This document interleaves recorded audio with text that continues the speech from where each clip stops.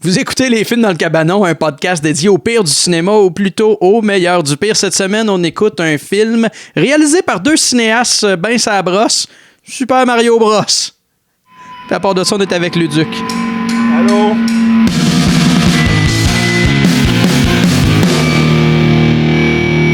Luduc, mesdames et messieurs, est avec nous, le YouTuber Luduc. Vous connaissez peut-être, si vous ne connaissez pas, allez voir ce qu'il fait. Je vais sûrement vous le répéter une couple de fois, ne serait-ce que pour le remercier d'être avec nous aujourd'hui. Ben, ça fait plaisir. Luduc version light, pas de perruque, avec lunettes, décontracté, voilà. Aujourd'hui, avec Luduc, on a écouté le film Super Mario Bros. De 1993 et je veux commencer ça assez rapidement parce que je pense qu'on a beaucoup d'affaires à dire. On a trop de choses. Et on veut pas faire un épisode qui va durer 4 heures non plus. Ben, sans blague, on a regardé toutes les feuilles, puis chaque personne a quelque chose comme 4 pages, je pense. Ouais.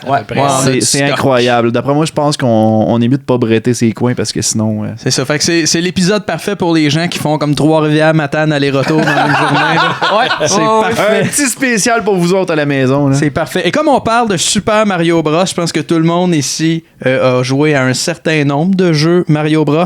J'ai envie de savoir, messieurs, et on va commencer par toi, Luduc, c'est lequel ton jeu de Mario Bros préféré? Ben moi, je serais intrigué de savoir votre avis parce que moi, j'ai peur d'être jugé par rapport à mon choix parce que c'est même pas un platformer que je vais mentionner. À cette heure que tu as dit ça, j'ai encore plus le goût de connaître ton jeu de Mario Bros. Mouille-toi. Regarde, mon jeu de Mario Bros préféré... Non, mais sérieusement, Mario RPG, The Legend of the Seven Star. Oui, Qui avait été un crossover entre Nintendo et Squaresoft dans le temps. C'était un genre de graphics qui voulait comme faire un simili 3D et c'était la fin de la Super Nintendo. On arrivait avec quelque chose de révolutionnaire et c'est triste parce qu'il était supposé d'en faire un deuxième, mais il y a eu un conflit entre Nintendo et Squaresoft, ce qui a fait en sorte que le projet n'a pas continué et les personnages comme Malo et Geno, ben ils apparaissent plus. Mais là en ce moment, il y a Smash Bros Ultimate qui s'en vient puis Geno fait partie des bonhommes que les fans attendent avec impatience. Cool, je savais pas, mais c'est drôle parce que Joël puis moi on a eu comme une discussion sur notre Mario préféré, puis ça en a fait partie de Mario RPG. Ouais, c'est ça.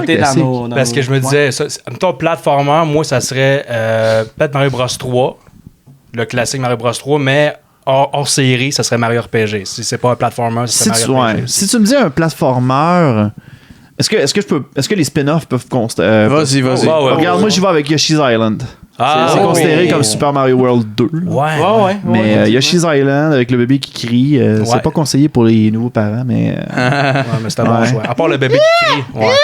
Non, c'est ça. Moi, c'est même pas vraiment pas des platformers. Moi, il y a Mario Kart, qui est un jeu qui m'a toujours fait triper ben raide. 64 ou lequel t'as trippé, toi? J'ai commencé avec la Super Nintendo, mais mon préféré reste 64. OK. Puis j'ai mis Smash Bros, tu sais, qui est comme c'est pas une affaire de Mario. C'est comme genre le Infinity War de Nintendo. Ouais, c'est ça, il regroupe ça. Puis tu sais, je me souviens trop avec Joël. Au parallèle. Quand on était plus jeune, ado. Celui au Nintendo 64. Au 64, on était dans le sous-sol de nos chums, puis on jouait à ça, là, comme toute la nuit. Puis ce chum-là nous pétait à la gueule tout le temps. Là. Mais il perdait, il gagnait peut-être 9 fois sur 10, mais s'il perdait, il était en tabarnak. Il pétait un câble. Hey, McBain, si tu nous écoutes, on s'en rappelle encore. Je me rappelle de la première fois. McBain. On dirait un méchant de Die Hard. C'est ça. Je me rappelle la première fois que je jouais à Super Smash Bros, la mère de l'ami qui avait loué la console du Nintendo 64 nous avait demandé de pas jouer avec Link, Samus, Fox puis Captain Falcon parce que ces personnages-là avaient l'air trop violents pour elle. Fait qu'on avait juste le droit de jouer genre avec Mario, Luigi, Jigglypuff, Pikachu, Kirby. Parce qu'il n'y avait pas de gun. Quel contrôle parental. Kirby a quand même une épée, là, c'est violent un petit peu. Là. Ben, ça dépend qui aspire, là, tu sais. Ouais. C'est un peu... T'as pas le droit le monde avec des guns, mais tu peux voir comme quelqu'un qui a une énorme bouche qui peut comme sucer à peu près tout le monde dans le jeu. Ouais. Moi, je vais vous le dire, c'est lequel mon préféré, puis possiblement que peut-être que vous le connaissez pas. Je suis pas certain que c'est légal tout ça. C'est Mario Kart Fun sur l'émulateur de Wii, sur l'émulateur Dolphin X64 de Wii. C'était pas la version japonaise, ça?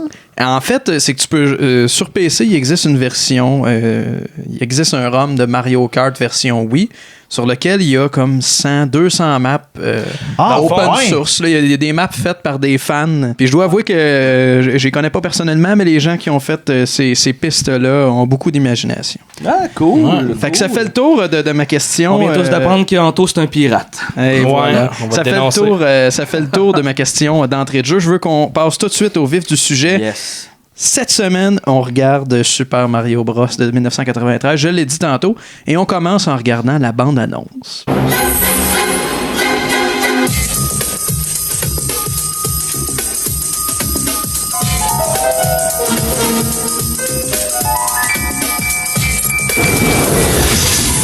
Where are we? I got a feeling we're not in Brooklyn no more.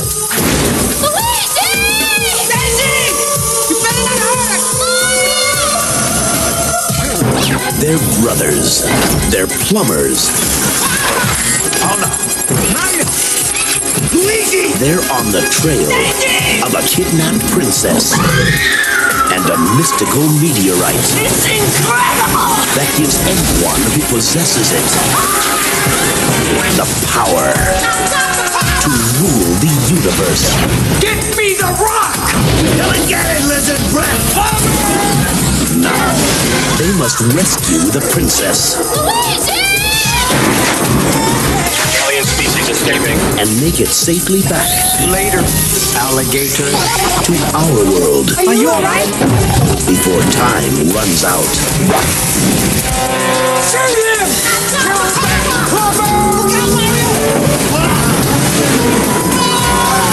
Get him! Yes! No, stop! Gotcha! No, not again! Super Mario Brothers. This ain't no game.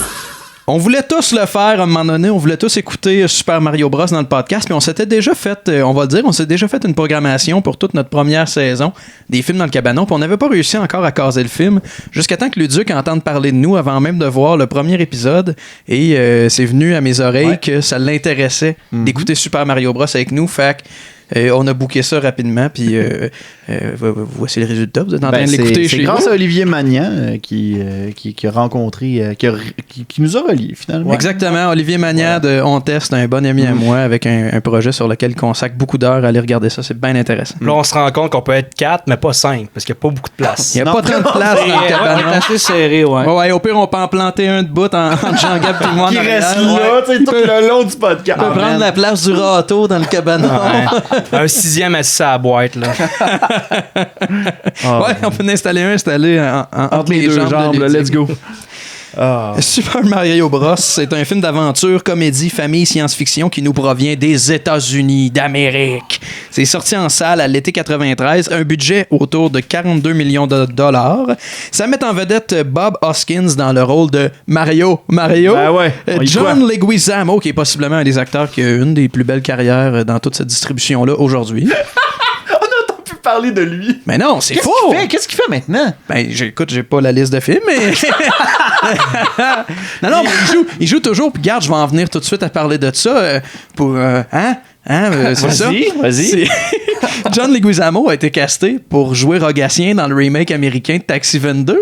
La série de Patrick Sérieux? Huard. Ben oui! C'est bien drôle. Le pilote a été commandé en 2016, si je me trompe pas. Ça a toujours pas vu le jour, mais crime, Ça c'est veut quand dire même son que- nom qui est associé à ça. Ça veut dire que si jamais Mario Bros a une version québécoise, le karma veut que ça soit Patrick Huard qui fasse Luigi, là. Ouais, peut-être qu'il a ruiné ses chances avec sa voix dans Garfield, mais. Oh my god, le Peut-être. bel Garfield. On peut en rire, mais il y a une plus belle carrière aujourd'hui que Bob Hoskins et Dennis Hopper.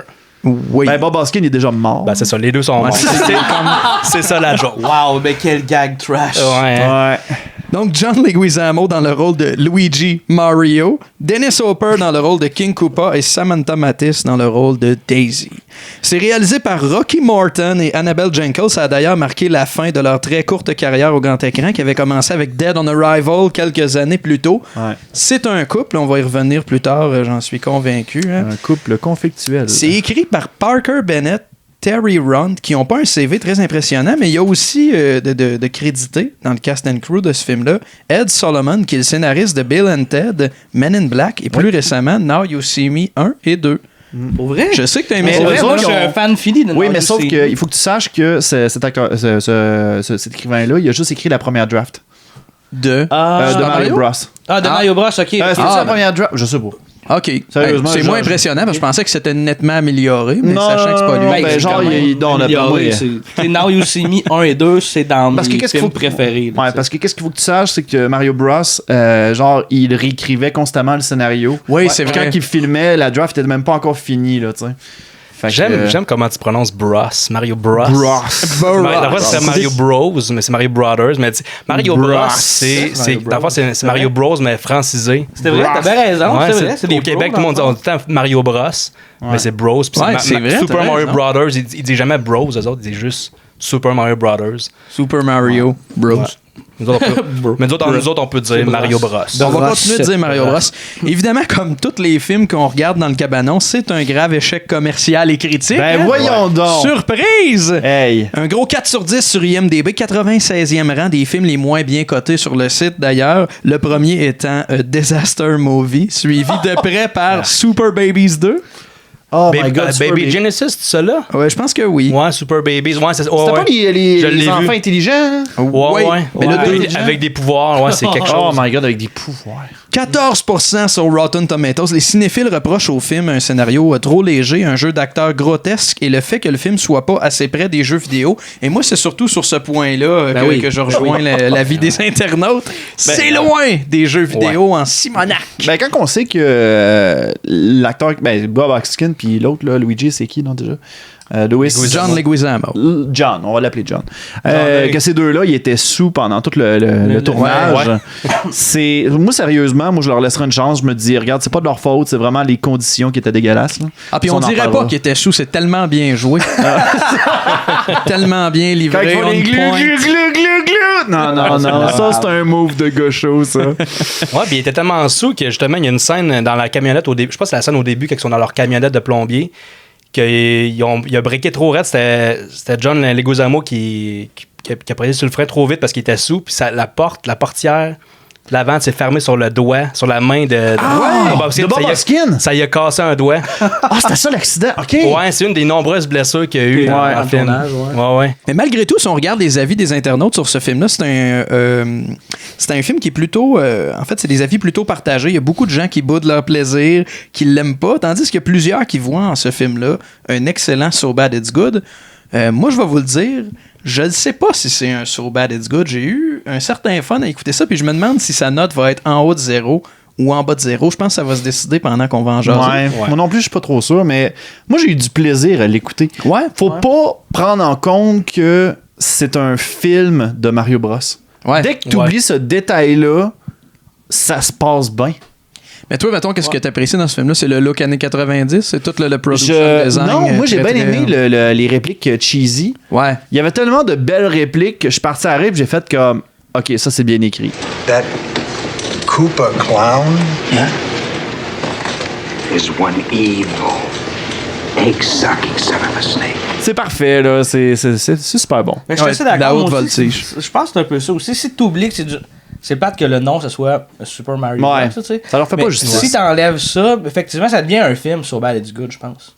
C'est un film un peu obscur. Sinon, c'est un film décevant. C'est un film étrange, mais ça t'enlève justement l'aspect, la déception, à cause que c'est supposé ressembler au jeu, mais ça ne ressemble pas. Ça ressemble pas. C'est un film oubliable, mais c'est juste étrange de l'époque. Ouais, c'est ça, exact. Ouais, moi aussi. Pas mal là-dedans. Mais je dirais, pour résumer mon opinion, puis possiblement le vôtre aussi, que c'est un film qu'on pourrait réécouter.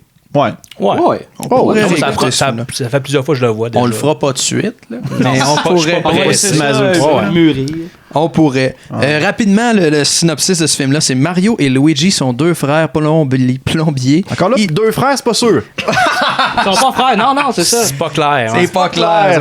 Là. Deux frères plombiers italo-américains à Brooklyn qui se retrouvent transportés dans une autre dimension où ils doivent affronter Koopa, dictateur d'un peuple constitué de dinosaures ayant évolué en forme humaine. Ouais. Koopa a kidnappé la princesse Daisy. Princesse, encore là, ça avec, il faut le dire vite. Jeune et belle archéologue qui détient une pierre possédant un pouvoir mystérieux. Déjà, ça part pas fort. Non, c'est ça, j'ai l'impression que ça chie pas mal. Là. Déjà, ça part mal. Puis j'ai le goût qu'à partir de maintenant, on passe en revue Toutes les scènes toutes ces scènes. Mais bon, on va peut-être se permettre d'en passer quelques-unes. Ils sont pas toutes intéressantes, mais il y a eu des moments où on regardait les scènes et on se faisait comme, mais pourquoi cette scène-là existe? Ouais, à quelques reprises quand même. Bon, on en parlera tantôt, là, c'est pas... Ou pas. On verra. Ça part avec une grosse narration sur l'évolution de l'homme dans le monde parallèle où King Koopa est le dictateur. Ouais, avec la voix d'Homer Simpson. Ouais, avec la voix originale de Homer Simpson, avec une des seules trames sonores qui s'apparentent aux jeux vidéo. Au début. Avant la narration. Après ça, t'en entends plus parler pendant tout. Puis le stock footage d'une forêt. Il est écrit Brooklyn, mais ça a l'air d'une jungle. Ben, c'est Brooklyn, 65 millions d'années. Ah oui, c'est ça. Ben, les images d'une jungle, comme en 8 bits. Ouais, pixelisées pour donner l'effet de « Oh, on est dans un jeu vidéo ». Suite à cette scène d'ouverture avec la narration, on voit Mario puis Luigi. Luigi qui a l'air un peu de Fresh Prince of Bel-Air, mais moins noir. Qui regarde une émission sur les phénomènes paranormaux. Les gars habitent dans un même appart. 2 adultes qui vivent dans un même appart, qui travaillent ensemble, doivent pas se taper ses nerfs jamais. Non. Cherchent des contrats de plombier, puis on comprend rapidement que c'est des gars qui sont pas si occupés dans la vie. C'est des losers qui ont pas de job, là, qui arrivent tout le temps en retard à leur contrat puis qui se font voler les contrats par la concurrence. Moi, il y a quoi qui m'a vraiment achalé, c'est que mettons, à ce moment-là, on a l'impression qu'ils sont frères ou quelque chose du genre. Puis ils ont un genre d'accent un peu italiano, mettons. Mais ils ont pas le même accent. Look at this. Yeah, but that's got the article about the missing Brooklyn girls. Oh, yeah? It's also got one on a scientist who turns brains into cheese. Yeah, well, you don't know it could happen. How could that possibly happen? Moi, ça m'a gossé. Ça m'a vraiment comme... s'ils viennent de la même famille, normalement, ils devraient avoir le même accent. Ouais, mais tout ça s'explique dans pas long. Oui, je sais, mais tu sais, moi, c'est de quoi qui m'a un peu... ça m'a accroché. Mais il aurait dû avoir le même accent pareil, en tout cas. Ouais, je pense que oui. Ouais, en tout cas. Même avec l'explication... c'est pas la première échec que le film va faire. On reviendra tantôt. Parallèlement à nos 2 plombiers qui cherchent la job, il y a Daisy, l'archéologue, qui fait des recherches sur son site, qui ressemble étrangement à l'opening du premier Jurassic Park. Puis il y a quand même une couple de parallèles à faire d'ailleurs avec Jurassic Park tout le long du film. Daisy qui fait des recherches, puis là, il y a un gros méchant qui est vraiment pas si important dans le film, qui s'appelle Scapelli. Scapelli, ouais. Scapelli. Un genre de classique mafieux qui a une compagnie de construction. Qui veut bâtir de quoi sur le site de fouilles archéologiques. Il essaye de mettre des bâtons dans les roues des archéologues, mais on l'oublie assez facilement dans le film. Là. Il est là au début. Puis un petit peu à la fin. Un callback qui sert à pas grand-chose. À rien. Donc ça, c'est un peu l'establishing de tout ça. Là. C'est là qu'on découvre nos pour montrer que est normal. Puis pourquoi c'est Daisy puis pas Toadstool ou Peach? Tu sais, c'est Daisy qui est la princesse dans Mario Land. Tu sais, c'est comme une référence obscure. Il aurait pu juste prendre. Mario Land existait-tu à ce moment-là? Oui, il existait. Okay. Ouais. Puis Daisy, elle existe encore aujourd'hui. C'est la princesse avec les cheveux bruns puis les robes jaunes. C'est la princesse qui apparaît dans les Mario Land puis dans les spin-offs de sport de. Genre les Mario Party, les Mario Tennis, Mario Golf. Mais peut-être que c'est pour... je sais pas, pour faire apparaître Peach dans une éventuelle... On a checké leur casting, il y avait personne avec les cheveux blonds. Ils voulaient faire changement parce que c'est Luigi qui a le love interest dans ce film-là. Dans des jeux vidéo, on a tout le temps l'impression que Daisy, c'est le love interest de Luigi. Daisy, Luigi. C'est vrai, quand on y pense, dans les jeux, Mario est en amour avec une princesse. Puis Luigi, dans celui-là, il est comme en amour avec une prostituée. Parlons-en! Oui, c'est vrai. On y arrive, en fait, parce que la scène d'après, c'est la scène où Luigi puis Mario rencontrent Daisy. Et s'ensuit assez rapidement, en fait, d'un souper entre Mario et sa copine escorte, puis Luigi et Daisy. Ouais. Que j'ai appelé le souper avec 3 idiots et Daisy. Oui, c'est parce que, tu sais, faut le dire, Mario puis Luigi sont vraiment, vraiment épais. Ouais. Tu sais, c'est tout le long, chaque intervention qu'ils vont faire, il n'y a rien de réfléchi. Ben, tout le monde est épais dans ce film-là. En fait, totalement. La seule personne qui réfléchit, c'est Daisy, j'ai l'impression. Ouais. Qui est pas débile, qui va pas faire de call bizarre, va pas faire de réflexion. C'est comme. Mais quand tu regardes la fameuse scène là, avec le téléphone. La boîte téléphonique. Ouais, la rencontre entre Daisy t'as genre Spike puis l'autre minion de Koopa. T'as Mario puis Luigi de leur côté qui essaient de réparer leur voiture. Puis là, les deux groupes ont l'air de deux gangs d'attardés. Pendant que Peach essaye d'appeler. Ils font de l'espionnage synchronisé. Ouais, l'espionnage est zéro subtil. Ces deux épées-là, comme je disais à tout le monde, dans le fond, t'as comme tout le temps deux espèces de sbires qui viennent de l'univers parallèle qui suit. Spike et Iggy. La première Iggy. fois qu'on les voit, t'as Spike qui pogne 2 hot dogs puis qui est 100. Je viens de comprendre aussi que ça vient, Spike. Trash. Spike, c'est les bébites. Non, c'est le méchant dans. Je suis pas sûr, il va falloir confirmer, là, mais je pense que Spike, c'est le minion qui est le boss de chaque forteresse dans Mario Bros 3. Pas sûr, non. Je pense. Attends, non, c'est pas ça. Man, Iggy, c'est un des minions de Bowser. Ouais, ça, Iggy, c'est un des Koopa-Lings. Ça, je le sais. Je vais juste checker pour Spike. Spike, c'est peut-être juste un pic. Puis, tu sais, mettons, on continue sur ces deux-là. Moi, ce que ça me mettait en tête, c'était les deux niaiseux dans les Power Rangers. Oui. Tu sais, les premières séries là, des Power Rangers, t'avais deux grosses épées qu'à chaque fois qu'ils embarquaient en scène, t'avais tout le temps leur petite musique. La petite toune, ouais. Petite toune, puis c'était la même. Oh no, look who's here. Ball and Snow. Hi, girls. How about that double date we talked about? Yeah. What about it? Sorry, guys.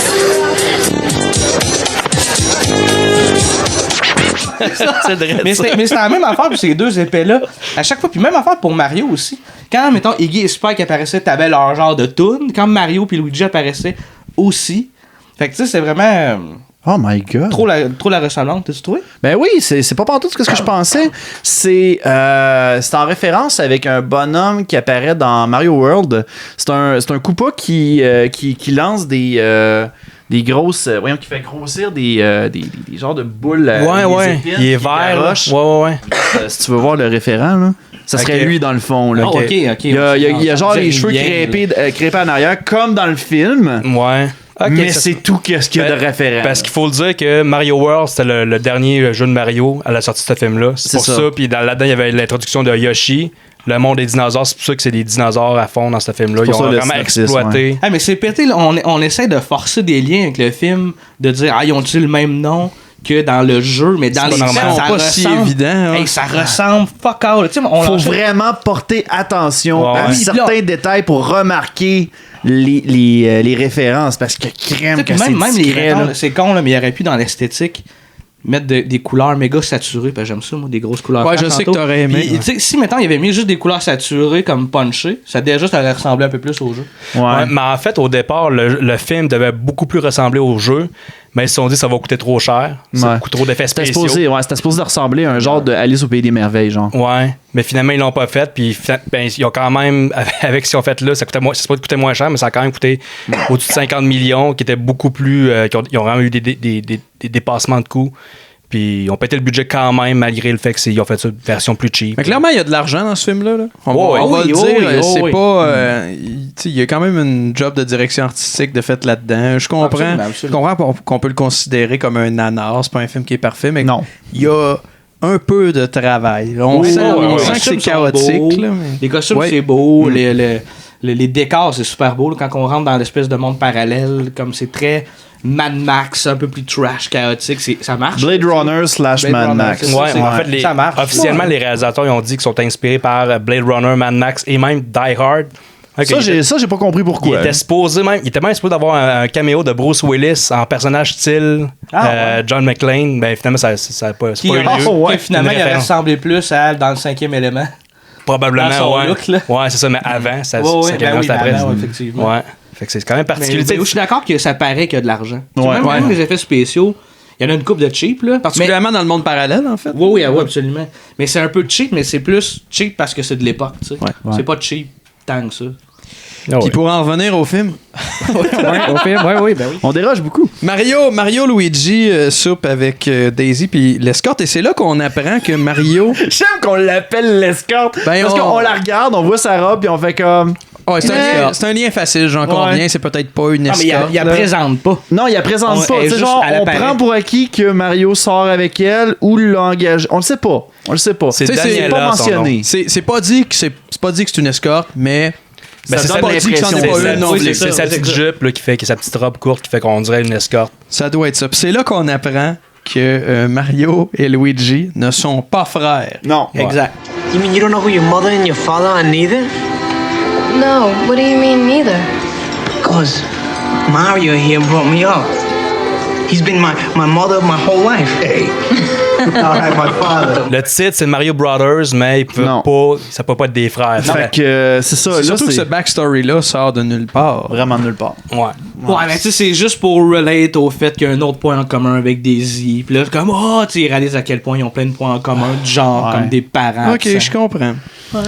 Fait qu'ils sortent, toute la belle bande sort du restaurant. Et c'est au départ l'escorte de Mario qui se fait kidnapper par les deux idiots. Spike. Ouais.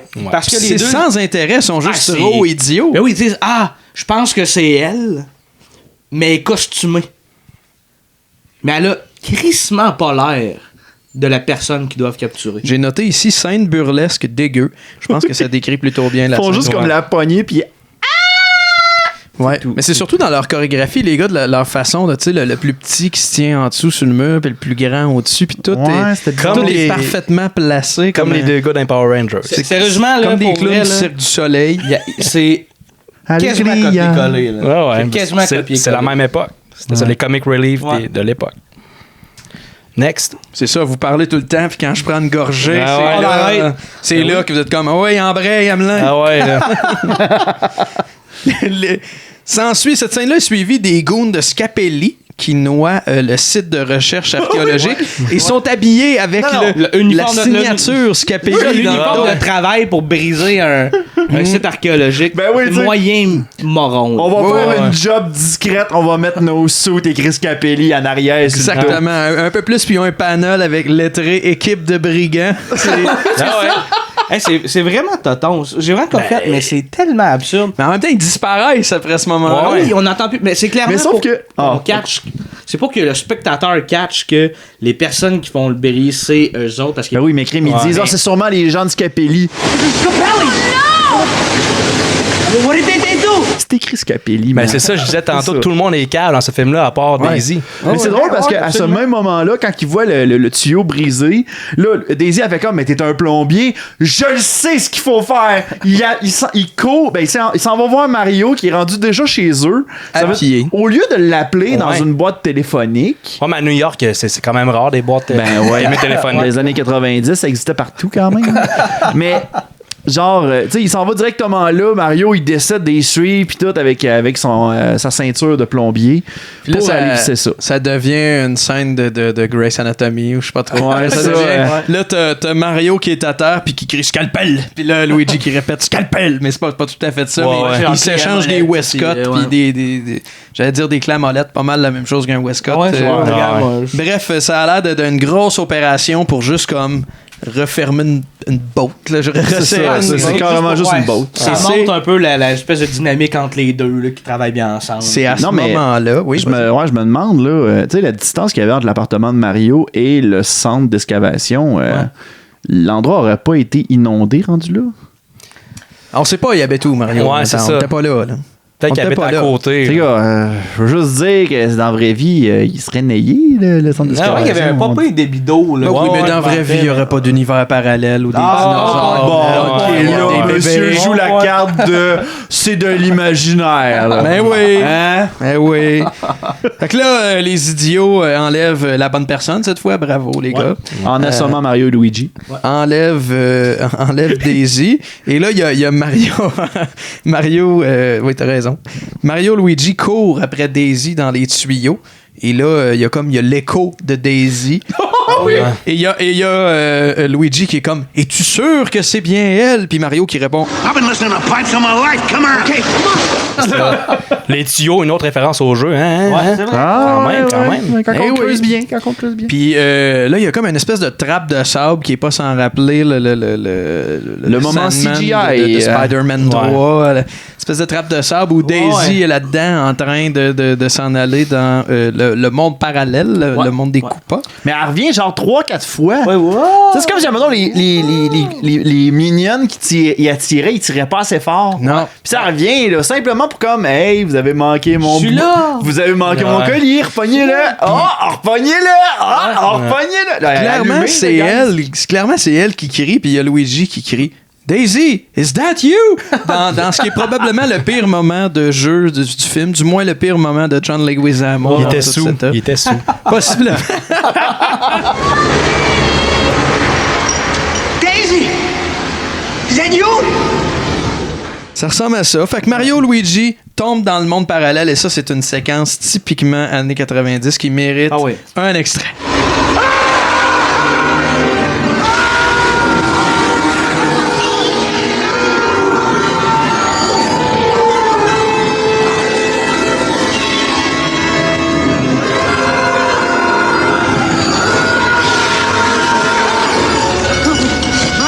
Et c'est pas sans rappeler le Seigneur des Anneaux quand Gandalf tombe dans les mines de la Moria. Ouais. Ah oui, ça c'est tout de suite après. Vous ne passerez pas. Ça t'a fait penser à ça. Immédiatement après, fuyez, pauvre fou. Mais oui, ça me fait penser à ça. C'est un peu insultant pour le Seigneur des Anneaux, ça là. Mais Jean-Gab a préféré celle-là parce qu'il y avait plus de couleurs. C'était moins sobre et ténébreux. Fait que là, Mario et Luigi tombent dans l'univers parallèle, arrivent dans une ville qui, effectivement, n'est pas sans rappeler... Blade Runner. Ça ressemble carrément à Blade. Puis là, tu remarques que toutes les entreprises ont toutes des noms référents à des méchants. Genre, il y avait Twomp, il y avait Bullet Bills... Puis il me semble qu'il y avait comme un genre de Bob-Bomb Café ou un Bob-Bomb Bar ou un enfant même. Fait que c'est juste des noms. Ouais, c'est juste les noms des méchants dans Mario Bros. Les enfants qui jouent aux jeux vidéo qui savent pas lire, ben, qui ne comprennent pas la référence. Non, c'est ça. D'ailleurs, c'est un univers, comme je le disais tantôt, qui est quand même, il y a un peu de travail là-dedans. Oui, absolument. Mais Christy que ça ressemble pas aux jeux vidéo. Hey, non, ça ressemble de moins en moins aux jeux vidéo. Ouais. Ça ressemble zéro aux jeux vidéo. Ben, ça y ressemblait déjà pas. Là. Ça y ressemblait déjà pas, mais là, c'est comme on s'en éloigne de plus en plus. Là. Ça devient de plus en plus sombre. Plus adulte. De plus en plus post-apo. C'est très chaotique comme univers. Là, il y a mon personnage préféré qui arrive là. Le gars en vélo.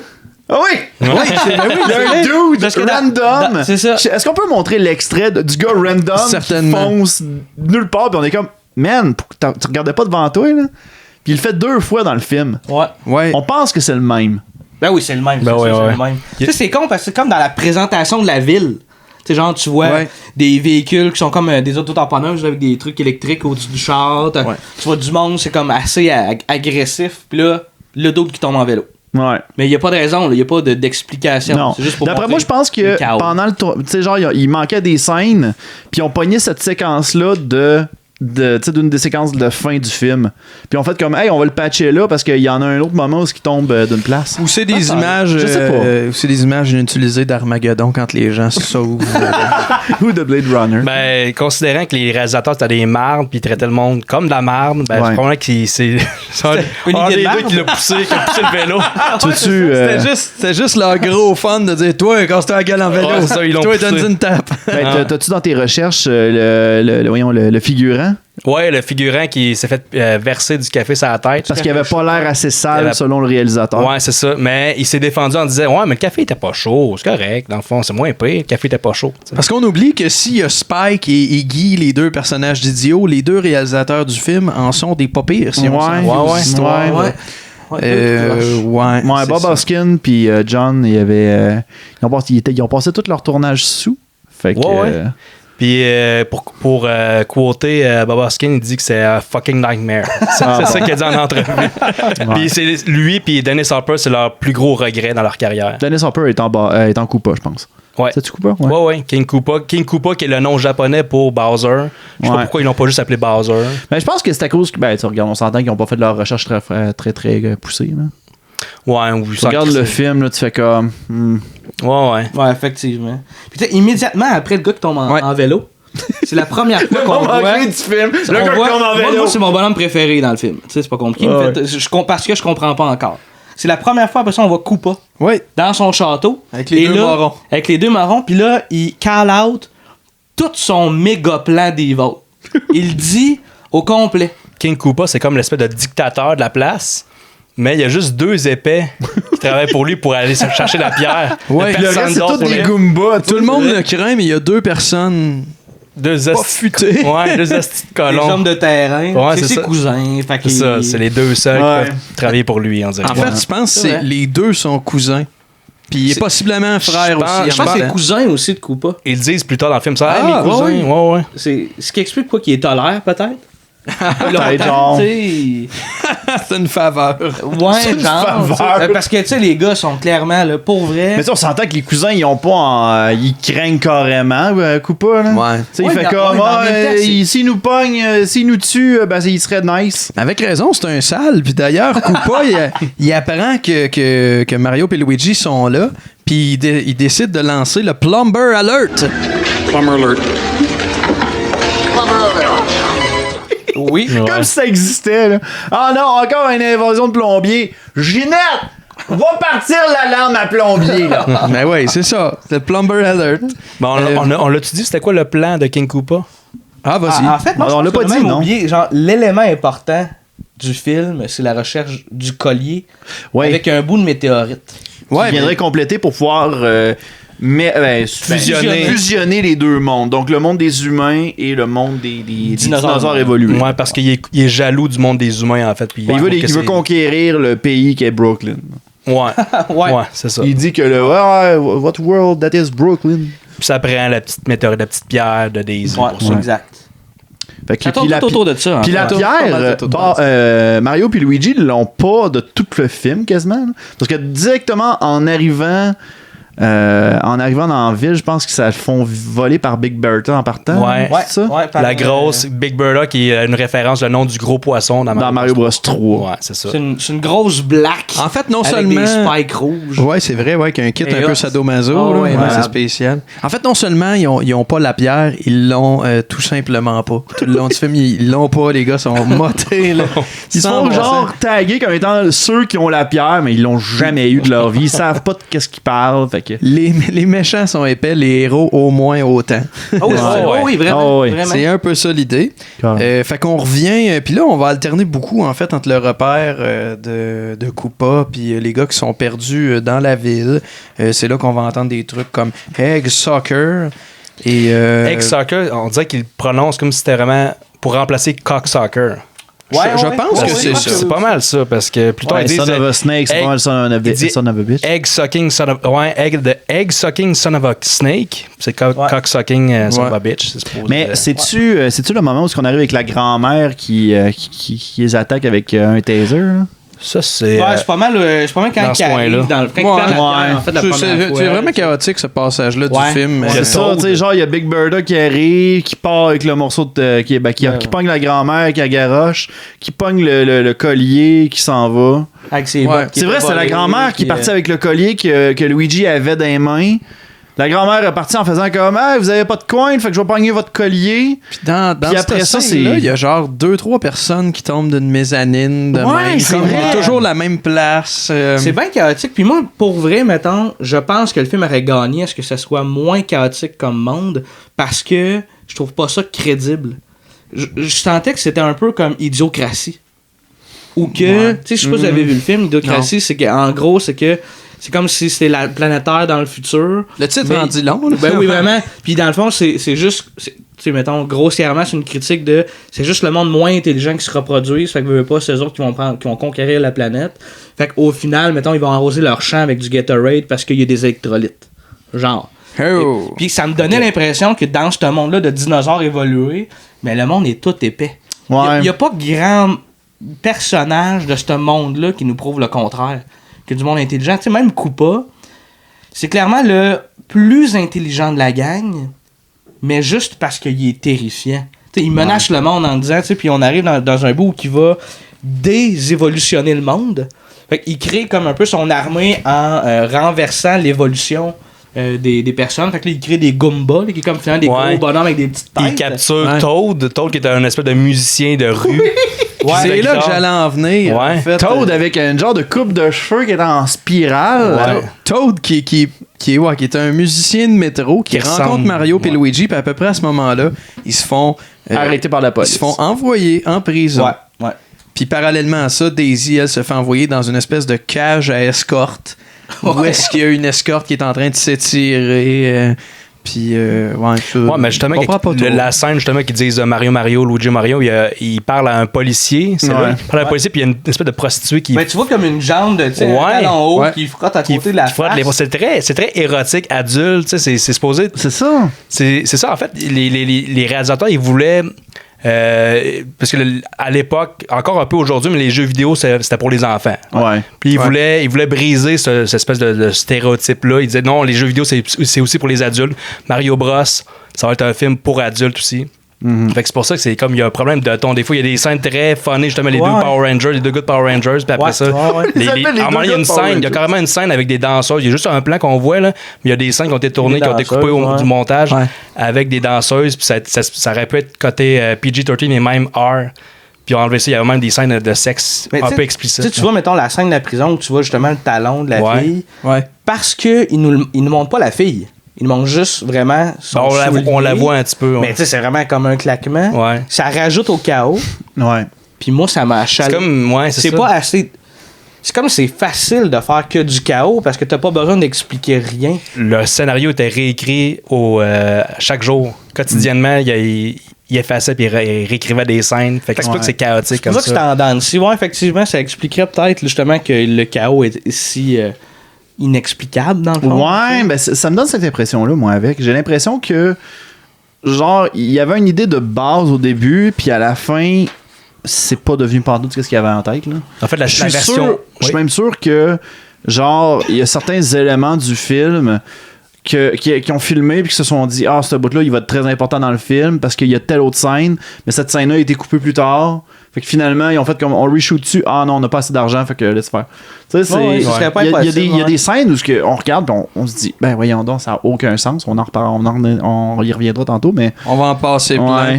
Les gars sont en prison rapidement parce que puis Bob Hoskins s'est fait électrocuter. Ouais, c'est fait électrocuter pour vrai. Mais Toad leur explique où est-ce qu'ils sont parce que jusqu'à maintenant les deux tarés comprennent absolument rien de ce qui se passe. Fait qu'après que Toad a expliqué c'est quoi la dimension parallèle, c'est Koopa qui rencontre Mario et Luigi, puis Mario et Luigi qui savent déjà c'est qui Koopa, puis lui il se présente pas comme étant Koopa. Fait que là, Mario et Luigi commencent il s'appelle comme Larry quelque chose? Je sais même pas, mais Mario et Luigi commencent à donner comme une baisse de marde à Koopa sans savoir que c'est lui. Et ça le vache. Fait que là, c'est là qu'il traite de Evil Egg Sucking Son of a Snake.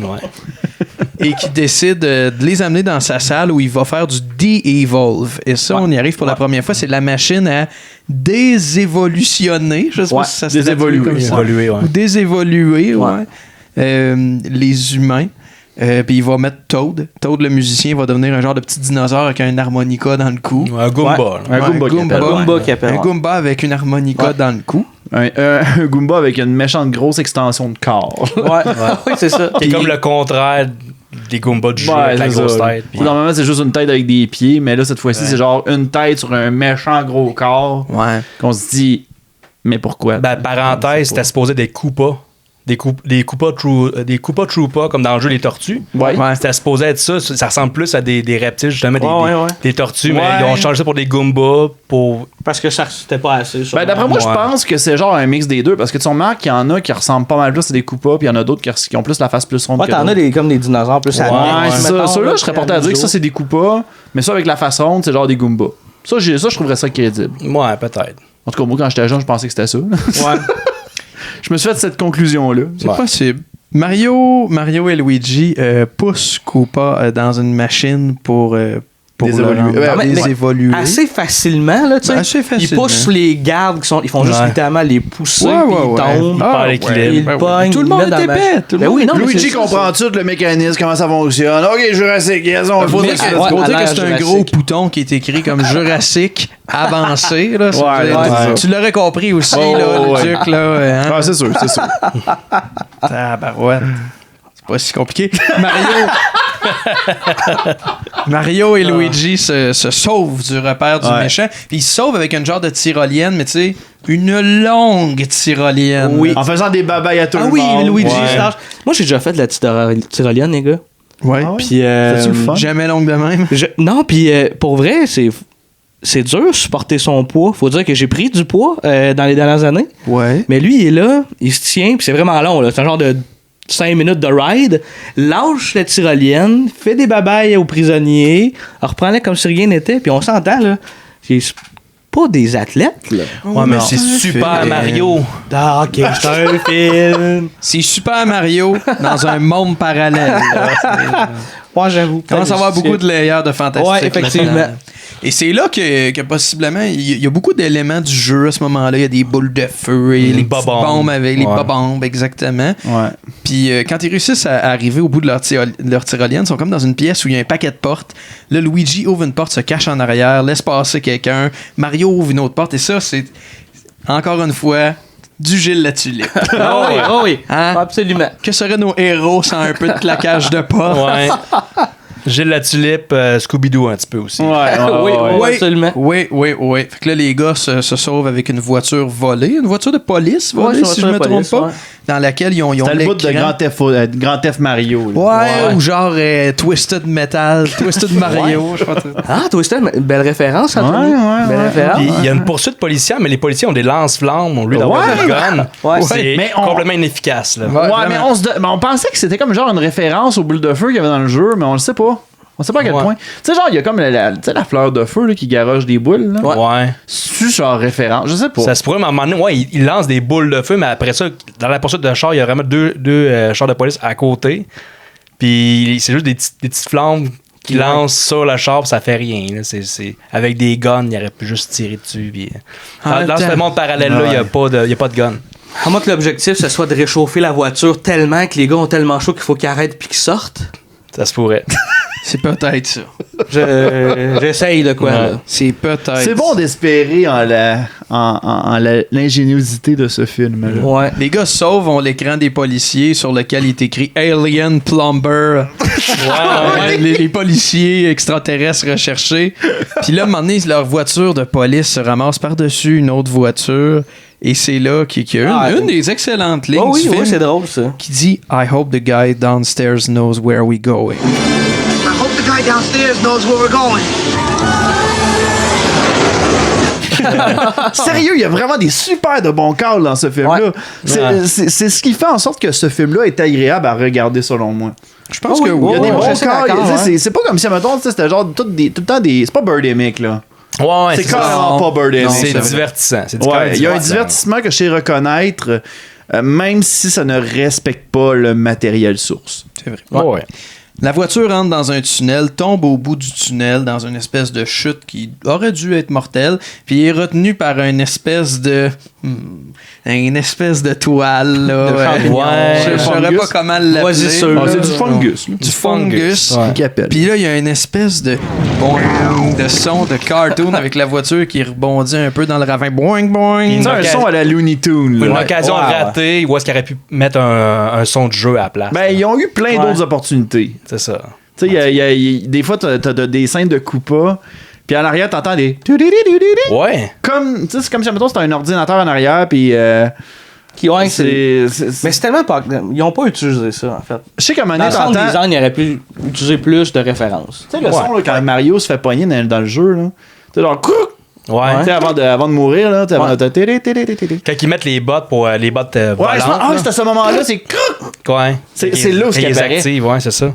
Il y a plein de petits sons qu'on entend, mais c'est tellement discret que c'est pas appréciable. Ah non, c'est ça. Fallait surtout pas que ça soit. Ils voulaient pas que ce soit un film pour enfants, fait qu'ils ont gardé ça au minimum, les petits sons. Là. Non, faut que ça soit un film sérieux, adulte. Mais rendu là, pourquoi tu mets la toune du début au début? Ils savaient pas ce qu'ils faisaient. Là. Ils savaient pas ce qu'ils voulaient, en fait. Je pense qu'il était genre bipolaire sur le film. Je sais pas. Peut-être les réalisateurs étaient sous aussi. Tout le monde était sous. Tout le monde trouvait ça désagréable. Tout le monde était sous. Bob Hoskin, il a fait que. Ils ont vu Bob Hoskin, ils ont fait comme. Hey, il a l'air d'avoir du fun, ce gars-là, on va faire la même affaire. Donc, tu sais. Quand je vais vous dire qui sont les directeurs photo et le compositeur de ce film-là, vous allez faire. Vraiment, tout le monde était sous là-dessus. Tout le monde était sous. Je veux passer rapidement. Je veux glisser une image là-dessus, fait que j'en parle. On voit tout de suite après Koopa qui est dans son bain, qui demande à son assistante Lina d'aller chercher la princesse Daisy.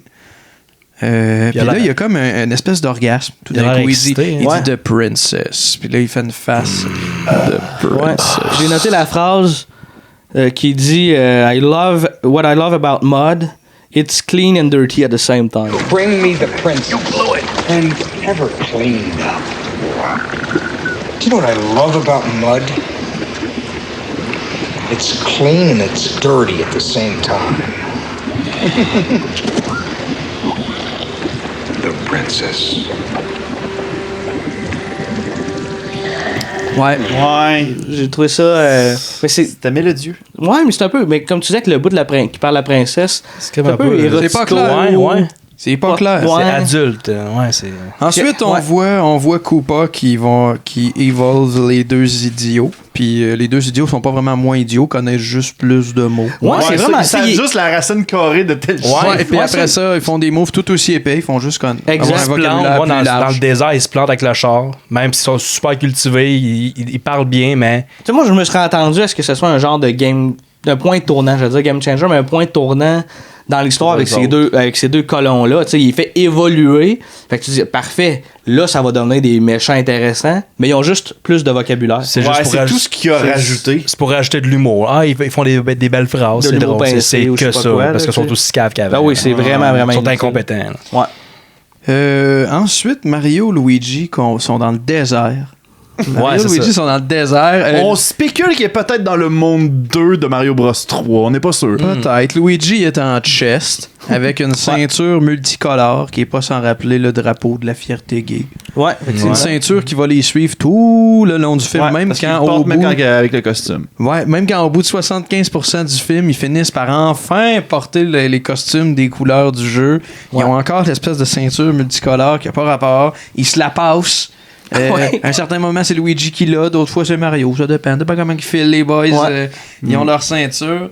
Puis on voit des images du World Trade Center pété. Malaise. En 93, avec Daisy qui est comme dans une espèce de donjon au sommet du World Trade Center. Un genre de pièce qui est embarrée. Là, accompagné de Yoshi. Qu'on voit pour la première fois. Yoshi CGI de 93. Une créature refusée du studio de Steven Spielberg. Sans doute. C'est assez décevant. Tu sais, Yoshi, c'est un personnage assez cool d'un jeu. Probablement que pour que Mario puisse le rider comme dans le jeu, ça aurait été trop compliqué au niveau CGI, fait qu'ils l'ont juste peut-être. Mais tu sais, j'aurais aimé ça, mais au minimum qu'il soit vert. Là, que ça plus gros au moins. C'est un bébé. Il était pas vert. Il n'y a pas de sel. Il est quoi? Il était pas vert. Ben, moi, je le voyais comme. Je sais pas, moi, je pose la question, je donne le tonnier, moi, là. Brun jaune. Ça, ton excuse, c'est de la raison pourquoi il peut pas le rider, c'est qu'il n'y a pas de sel. Ouais. Tu regardes un cheval qui a pas de sel, c'est comme... pas une coquille d'œuf sur la tête? Ou c'est Calimero? C'est Calimero, ouais. C'est même pas un dinosaure, Calimero, c'est un oiseau, c'est un poussin. Je sais. Tu poses cette question-là parce que tu veux rider Calimero, toi, là? Non. Sous ça, malaise. Les gars, Mario et Luigi se ramassent dans un bar et là, tout d'un coup, c'est vrai que ça sort très Star Wars. Cette scène-là, c'était cette scène-là. Oui. C'est peut-être Joël qui va peut-être pouvoir me confirmer ça, mais. Il y a un bar dans Super Mario 3, ça, tu vas dire? Non, c'est pas ça. Non, mais c'était-tu cette fameuse scène-là où que les agents de Bob Hoskins puis John, ils ont dit c'est un endroit de prostituées, sacré votre camp de là? Ah, ça, je sais pas. Ouais, parce que j'avais lu que pendant le tournage, il y a une scène qui se passe dans un endroit où il y avait des mineurs, puis il y avait de la coke, il y avait de la drogue, des affaires de même. Ben en fait, c'était où? Ça se peut, mais je sais que c'est probablement là une des scènes. C'est cette scène-là qu'ils ont tourné beaucoup de plans de danseuses et de scènes de sexe. Ouais, un ben peu je pense explicite, puis c'est vraiment ça, c'est là où ce que l'agent de Bob Hoskins puis celui de John, ils les ont appelés, ils ont dit vous sacrez votre camp de là, je veux pas vous voir là parce que sinon ça va faire une tâche à votre dossier puis des enfants. Ah ouais, je savais pas que c'était allé loin. Comme si le film allait pas faire une tâche. Non, mais tu sais quand t'entends parler de ça, c'est très mauvais signe en partant. Là. Ouais, effectivement. Fait que les gars sont en veston mauve et jaune, toujours pas aux couleurs. Mais attends, oui, raconte-les. Il y a une espèce de caméo de monsieur déguisé en Mario dans le coin. Puis c'est vraiment pas. Il est en tout petit dans l'écran. Il a fallu qu'on revienne une couple de fois. On a un screenshot de ça là. Ben oui. Ok, go. Mais sérieusement, je pense que c'était. Puis là, on s'entendait pas à savoir si c'était un japonais ou. C'est peut-être un asiatique. Peut-être un japonais en référent. Moi, je me suis dit, t'es raciste, t'es d'ailleurs japonais. Est-ce que t'avais de la haine envers lui? Ah oui, énormément. Bon, fait que c'est un japonais. Non. Non, mais c'est peut-être un japonais vu que c'est Mario, le jeu, moi, c'est un jeu japonais. Moi, ton corps, c'est-tu comme le gars qui a fait Mario? Non, c'est pas lui. C'est vraiment pas lui, mais tu sais. C'est clairement pas lui, c'est un vieillard. Là. Moi, je me suis senti niaisé par tout ça. En le voyant, je me suis dit comme, OK, il savait qu'il existe ce costume-là. Ils ont volontairement fait n'importe quoi, ces deux styles-là. Oui, parce qu'on le voit encore à ce moment-là dans le film. Ils n'ont pas encore leur costume. Là. Pas de costume, puis pas les couleurs. Ils ont même pas encore leur botte qui leur permet d'aller super haut. Non. Fait que là, Mario entre dans le bar, commence à danser avec la John Café des femmes. Big Bertha. Big Bertha avec son pour essayer d'y enlever le collier avec ses dents. Dans ses boules. Oui, dans ses boules. Oui, il réussit. Un film familial. Mais pas avec ses dents. Simplement en passant en arrière. Puis, c'est ça. Pendant qu'il est dans le dos de la Big Bertha, il réussit à y enlever son collier. Puis moi, j'ai bien aimé comme personnage. Il est hot, pareil. Il est vraiment badass. Mais il se met pas le collier, la pierre dans la bouche, dans les boules de Big Bertha. Au départ, il réussit pas parce que Big Bertha revient. Il lâche automatiquement la roche. C'est quand même hot comment il a charme. Tu sais, comme il arrive, comme hey, salut, puis là, il fait une espèce de. Tu pourrais-tu me frapper encore? J'ai aimé ça. C'est ça, c'est parce que la première fois, il fait un genre de call comme. Il essaie de la cruiser et tout ça, puis il met un point d'en face. Puis là, tu sais, il veut pas, elle s'en va danser tout ça dans son coin. Puis tu vois, lui, il se relève, il y a comme un peu de sang sur le nez. Puis là, quand il revoit, il dit hey, tu veux-tu me refaire ça encore? C'est sadomaso comme ça. C'est vraiment sadomaso. En plus, elle a un saut avec des. Tu sais, elle a des sauts latex avec des spikes, tu sais. Elle look sado un peu. Ouais, quand même beaucoup. Il y a beaucoup de costumes. C'est fait là-dedans, il y en a plein d'autres. Ouais. Dans cette scène-là, il y a aussi la savoureuse chanson Walk the Dinosaur. Ouais, Walk the Dinosaur. Dinosaur. Qui est pas très bonne.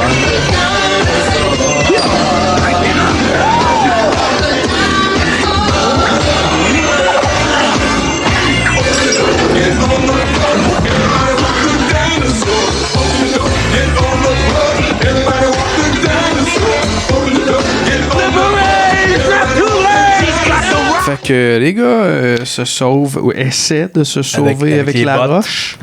Avec des super bottes. Là, ils sautent haut, c'est une autre référence au jeu. Ils sautent haut grâce à ça. Mais c'est à quel moment qu'ils perdent la roche? Ça, c'est là, dans le fond, c'est qu'ils essaient de se sauver, ils échappent la roche, puis il y a comme une des Lena, on sait pas c'est qui. C'est c'est l'acolyte de Koopa. C'est la concubine de Koopa. Ouais, c'est la MILF à Koopa. Je sais pas. C'est la Evil Bitch. C'est la Evil Bitch. Il y a tout le temps des Evil Bitch dans les films. Dans tous les nanars, il y a une Evil Bitch. Puis dans le fond, elle met comme ça tombe, puis elle met son pied dessus pour l'empêcher de tomber dans un grillage. Puis là, elle prend un verre, puis là, elle boit, puis il y a un genre de mini lézard dedans qui crie quand elle boit. Espèce de parce que j'ai pas catché pourquoi. Je sais pas. Il mange des lézards. Pour montrer qu'elle est méchante. Cherche pas. Evil Bitch. Elle mange des enfants.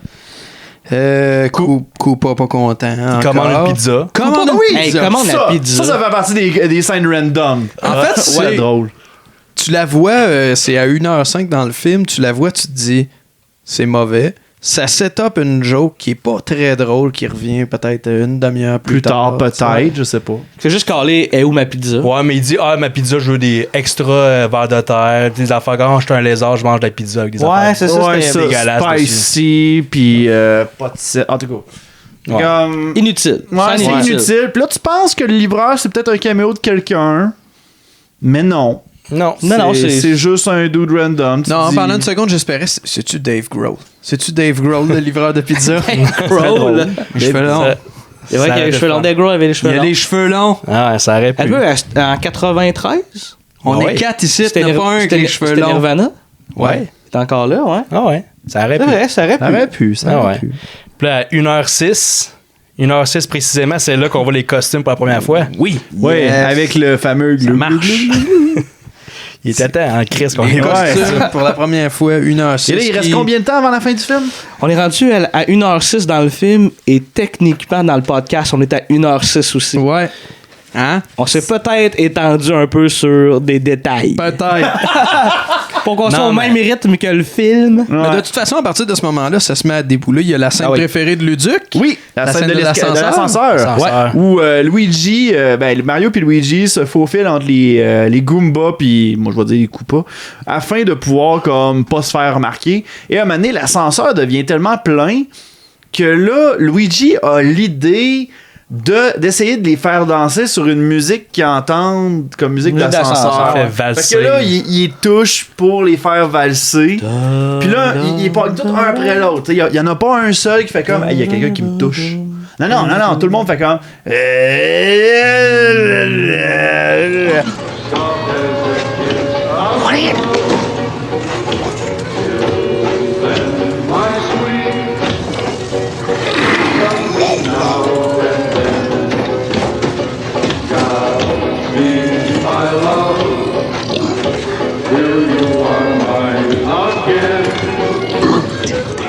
Puis là, à la fin, genre, encore une fois, on a un switch entre Koopa puis... Tu sais, il y a un switch de scène, puis plus ça avance, puis plus les switches se font, puis on voit que tous les Koopas puis les Goombas sont en train de tout danser, toute la gang. Puis tu vois Mario puis Luigi passer par la trappe arrière, qui aurait pu très bien faire bien avant. Ouais. Mais non. Ça prenait une petite scène funnée. Tranche de vie.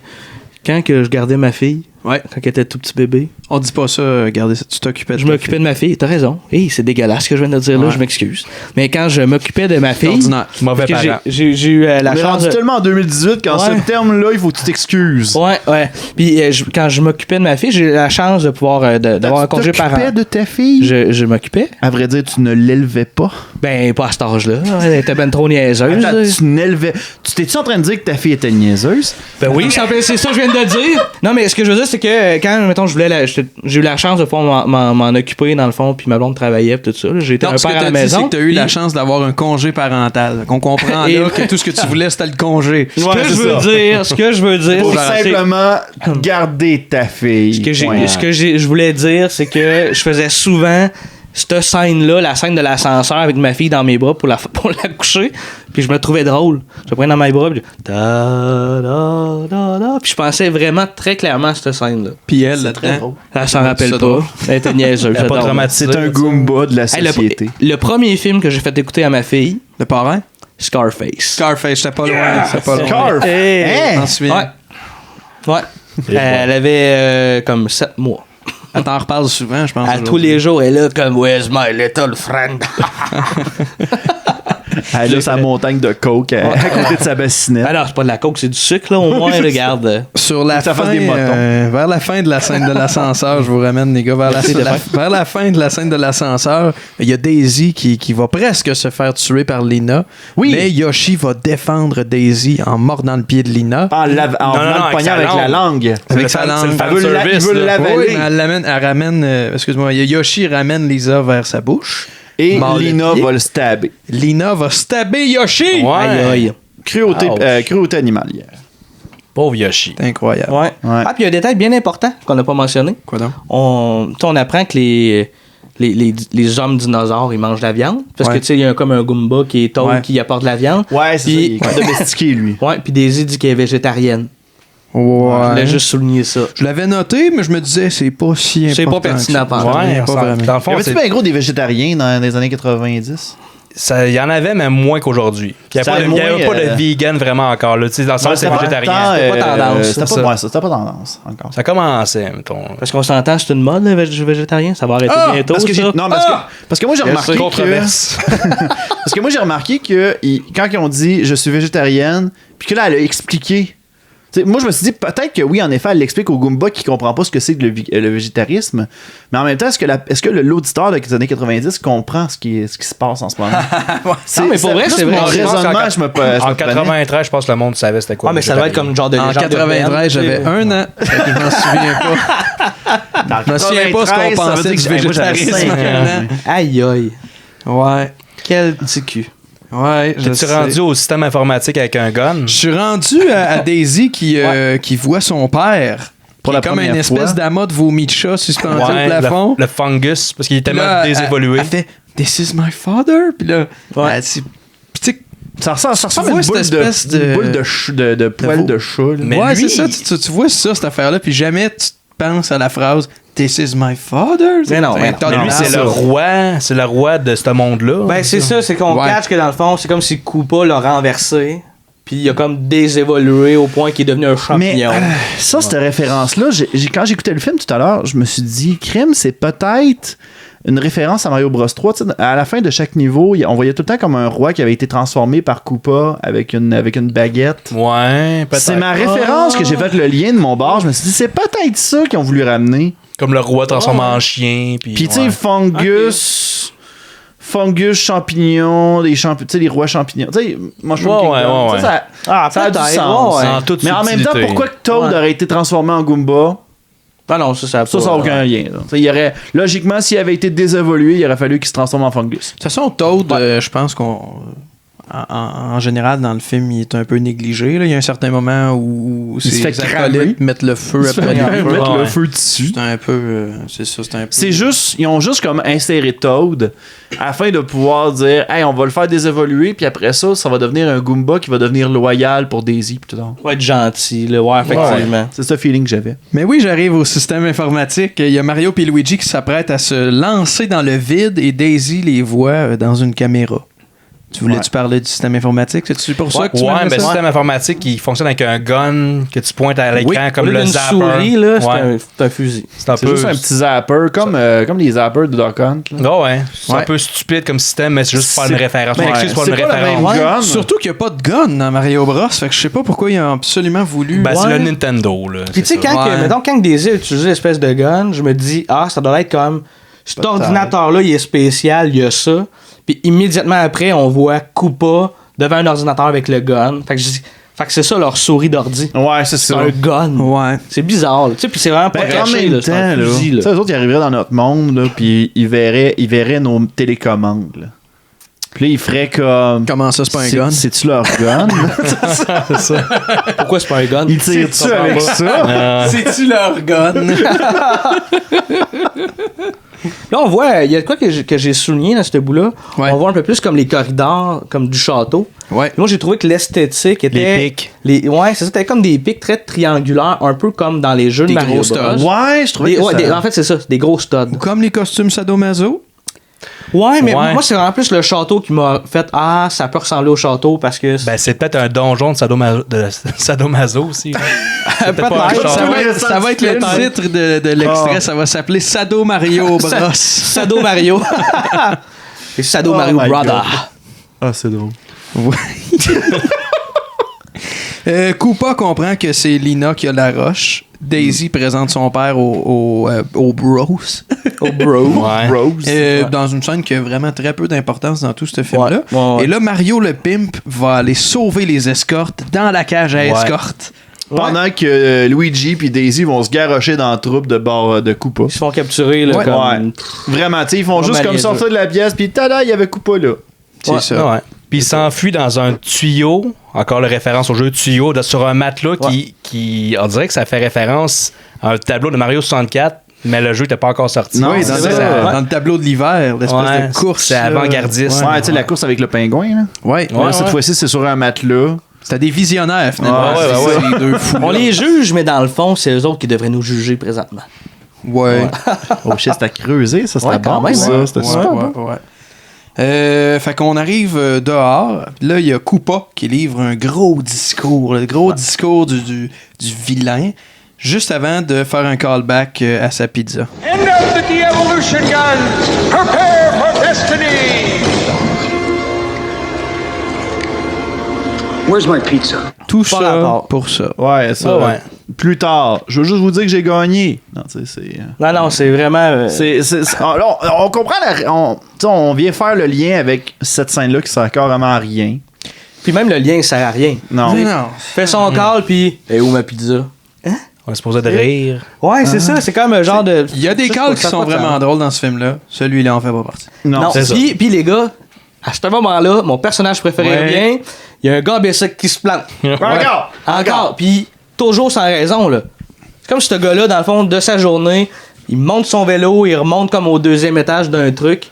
se pète ta gueule, puis il redescend, il remonte. C'est genre ça ride. Oui, c'est le cascadeur du Mushroom mais Kingdom. quand j'y pense, il y a... c'est drôle parce que c'est au même moment où le matelas arrive en volant, sort du tunnel en volant. Oui. Puis il a l'air d'être un peu fait en chroma key. Fait que peut-être que c'est la même loop du gars qui se plante au début. Filmé d'un autre angle. Intéressant. Pour vrai, c'est intéressant. C'est pas ça que j'ai dit tantôt. Vous avez fait comme, pas tant sûr. T'as pas dit ça. Non? T'as-tu dit ça? J'ai le bicycle, là. T'as peut-être dit ça dans ta tête.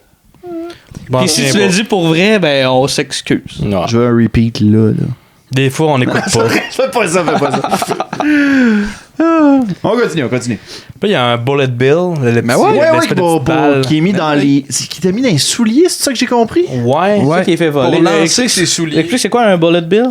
Ouais, c'est l'espèce de boulet... qui apparaît normalement dans un canon pour attaquer Mario, mais là, c'est genre un bullet bill pour augmenter la puissance des bottes. C'est une munition, une cartridge. Ils disent le mot cartridge comme une cartouche, une cassette. Il met la cartouche dans sa botte pour lancer la botte au lieu de juste lancer la cartouche. Ah, ok, ouais. Tu comprends? Tu sais, l'espèce de missile, juste le lancer comme dans le jeu.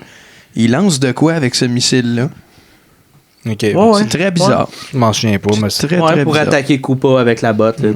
Ouais, mais c'était juste ça. C'était vraiment ça. Il y a un char avec un squelette dessus.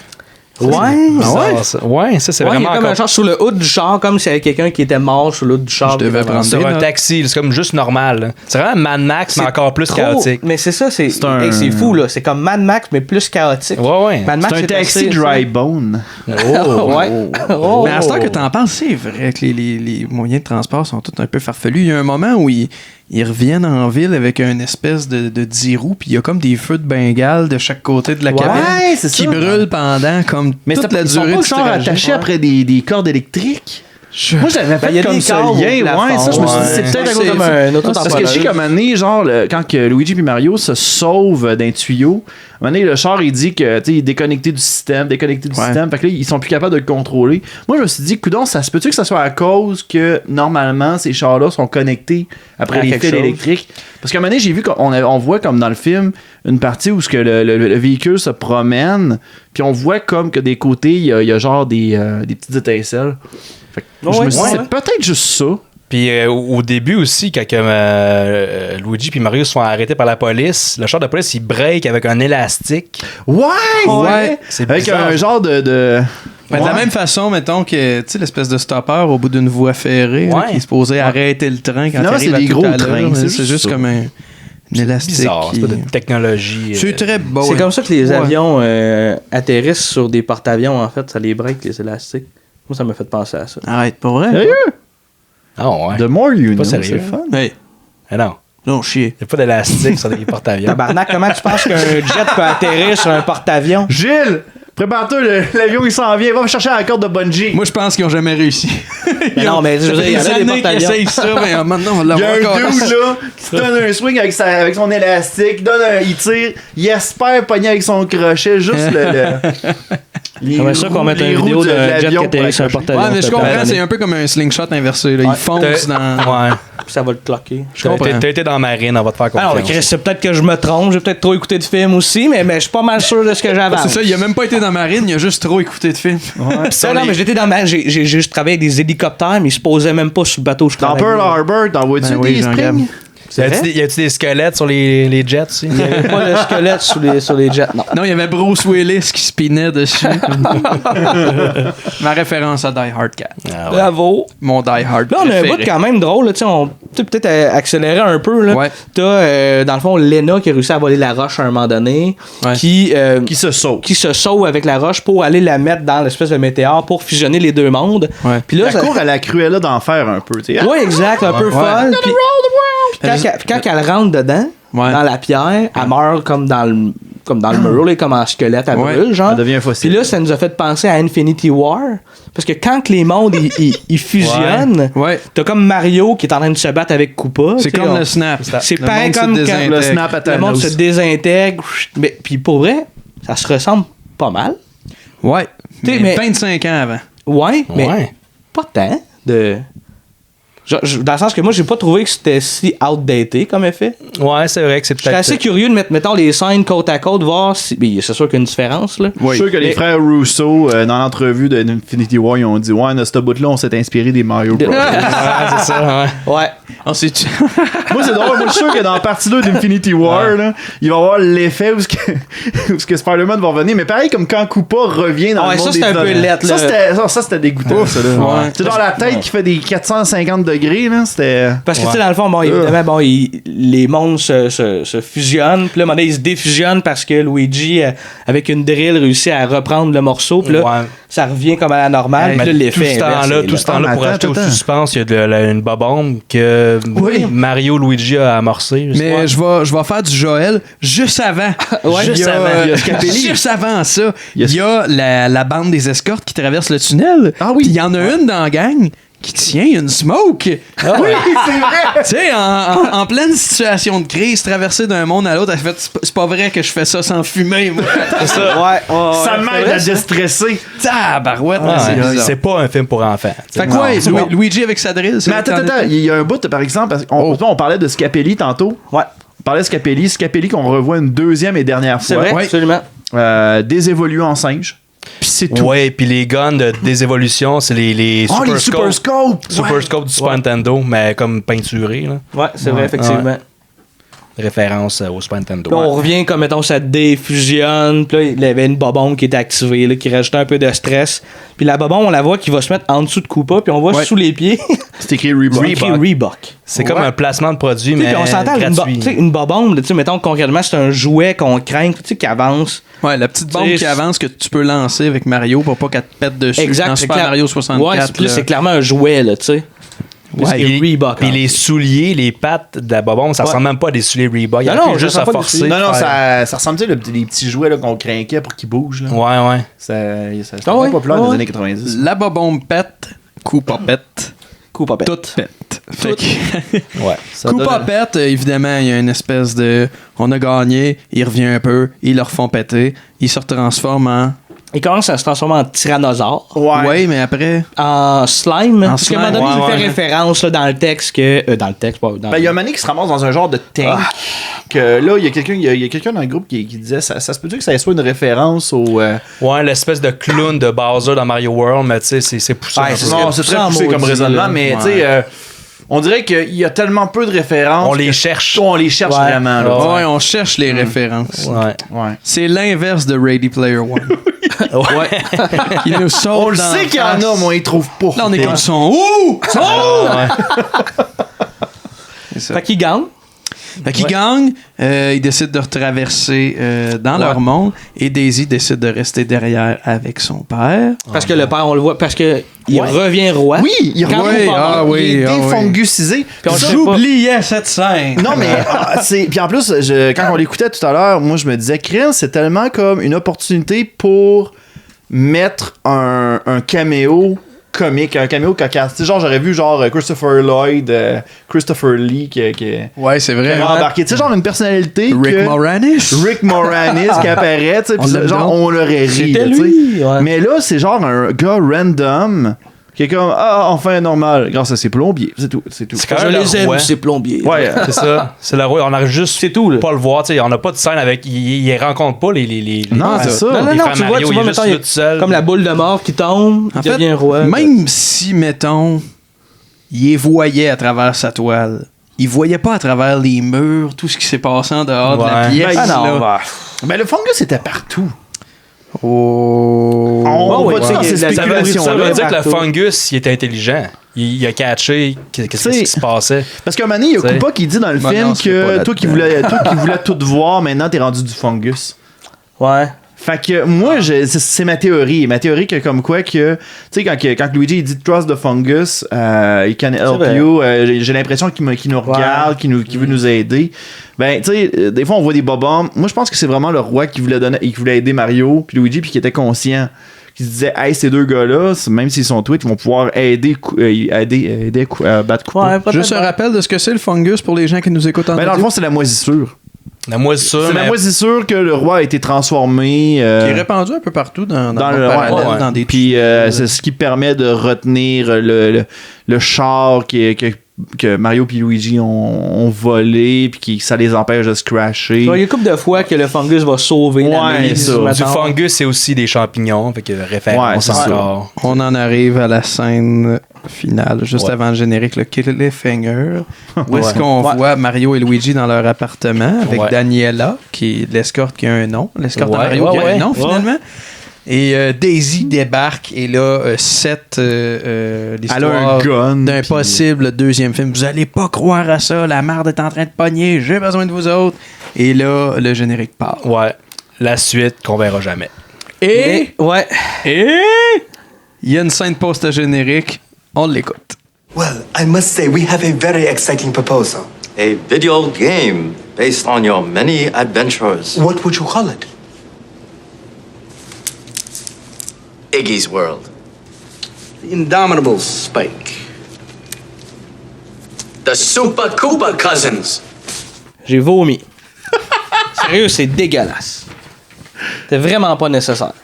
Vraiment pas nécessaire. Sérieusement, je l'ai très ri parce que je pense que vous étiez même pas au courant. Moi, je savais pas. Je n'étais pas au courant pendant tout, moi. Mais sérieusement, ça fait juste comme... Ben oui, c'était basé sur un jeu vidéo, cette affaire. Ouais. Fun facts! Yes! Ben, on en a dit une coupe. On en a dit une coupe à travers. En cours de route, là, tu sais. Moi, je pense que je vous ai assez fait attendre avec ça. Le compositeur du film, c'est Alan Silvestri. Son nom me disait de quoi quand je l'ai vu dans le cast and crew sur IMDb? C'est le compositeur de la musique de Avengers, dont Avengers Infinity War, de Ready Player One, sans compter un paquet de films à grand déploiement qui ont précédé ceux-ci. Puis Joël va aimer ça. Le directeur photo du film, le directeur photo du film s'appelle Dean Samler. C'est un DOP qui est oscarisé pour Danse avec les loups. DOP des 2 premiers Mad Max, de plusieurs films de Super Mario Bros. Et c'est là que ça commence à The Shit Hit the Fan. Waterworld, Triple X, et puis maintenant la grande majorité des films avec Adam Sandler depuis Click et The Longest Yard, dont tous ceux qui sont produits par Netflix. Là, toutes les mardes. Ridiculous Six. Exactement, Ridiculous Six, puis The Do-Over. Fait que ce directeur photo-là, oscarisé, est tombé à un certain moment sur Super Mario Bros. Et j'ai cru comprendre que c'est à peu près à partir de ce moment-là que ça s'est mis à dégringoler. Ouais. Quand t'es rendu avec Adam Sandler, ça va pas. Joël. Voilà, c'est de la masse aujourd'hui.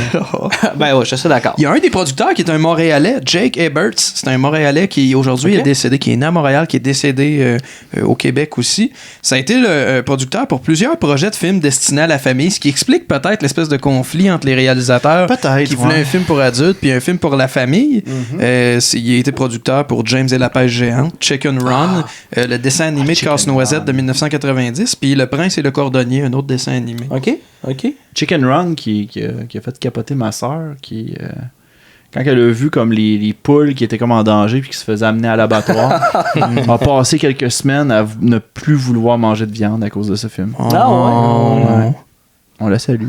Ouais, James et la pêche géante m'a empêché de manger des pêches pendant... Non, pas vrai. Moi, James et la pêche géante m'a empêché de manger des James. Un bon bout de temps. Oui, il y a de quoi d'intéressant que j'ai vu dans des recherches. Celui, le lead creature designer, celui qui a créé les monstres, dans le fond, sachant que Jurassic Park sortait pas mal dans les mêmes bouts, il a décidé de s'inspirer de Beetlejuice. Non. Pour la forme, pour les bébés, tout ça. Non, mais c'est vrai que les Goombas ressemblent un peu aux créatures Beetlejuice. Je trouvais ça intéressant. L'espèce de. Oui, il y a un bonhomme avec une petite tête dans Beetlejuice, justement. Oui, des têtes ici. Fait que je trouvais ça intéressant. Puis c'est vrai que c'est sorti dans le même bout que Jurassic Park, tu sais. Puis il fallait pas que les bébés se ressemblent. Non, c'est surtout. Mais le dinosaure de Yoshi est carrément. Tu sais, il y a une méchante grosse référence à Jurassic Park. Ça revenait souvent que le monde disait l'histoire est décousue, c'est un peu de la merde. Mais qui disait que techniquement, ce film-là était assez à l'avant-garde dans plein plein de shots là. Tu sais, comme je sais pas à quel point c'est vrai parce que je connais vraiment pas ce logiciel là, mais ils disent que c'est le premier film qui utilise le logiciel Autodesk Flame. Tu te dis quelque chose? Moi ça me dit rien. C'est pas un nom qui m'était connu. Puis ils disent que c'est le premier film qui a utilisé ça, puis aujourd'hui c'est un logiciel qui est assez standard dans le cinéma. Fait que je sais pas si ça va être un logiciel d'intégration d'effets spéciaux, là, un truc comme ça. Je pourrais peut-être valider ça, mais il disait vraiment, là, au niveau technique, ce film-là était assez à l'avant-garde, mettons. Je trouvais ça intéressant parce que c'est vrai que dans le fond, quand on s'arrête là, à qu'est-ce qu'on a vu, pas ce qu'on a entendu ou au niveau d'histoire, c'était assez clean. Ouais, pour l'époque, c'est un film de 93, là, c'est vieux. Puis il y a une couple de shots qu'on fait comme wash, tu sais, parce que... ouais, avec raison. Mais je te dirais qu'en majorité du temps, moi j'y ai cru, là, ce que j'ai vu. Je trouvais l'esthétique, c'était assez bien rendu. Le CGI sortait bien. Il n'y a pas des moments, à part la chute où Mario tombe vers le monde des dinosaures, que tu fais comme... Ok, ça paraît au bout que c'est un fond vert. Puis quand il atterrisse, puis que Luigi ramasse Mario, ça aussi, ça paraît que c'est un fond vert. Ouais, ou le matelas quand il... le matelas qui revole. Quand il vole, mais tu sais, sinon, sans ça, c'est quand même... Moi, j'ai trouvé ça relativement... Le reste, c'était bien correct. Ouais. Savez-vous qui a été considéré pour jouer King Koopa? Arnold Schwarzenegger et Michael Keaton. Oh! Ils ont refusé. Puis il y avait Dustin Hoffman qui a voulu jouer Mario, mais il a été refusé. Parce que il voulait parce que ses enfants étaient gamers. Puis qui d'autre aurait pu jouer Mario? Danny DeVito. Ça fit quand même. Mais juste version pas de champignons. Il y aurait eu la version mini. Ouais, mais les deux, je sais pas, Bob Hoskins. Ça serait drôle, c'est genre Bob Hoskins, la version géante, puis Danny DeVito, la version mini. Mais il n'y a pas de l'air grand non plus. Ouais, c'est ça, mais tu sais, à la base, Mario est plus petit que Luigi. C'est une chose qu'on respecté. C'est une très belle joke de gamer. J'étais un petit peu triste, vous l'ayez pas assez riche, je trouve. Ça a pris du temps à la catch. Je te l'ai dit en montant que j'étais pas gamer. C'est pas grave, là, assumez ça. C'est ça, puis Danny DeVito, il voulait jouer le rôle, mais il voulait pas accepter tant qu'il n'ait pas lu une version finale du scénario.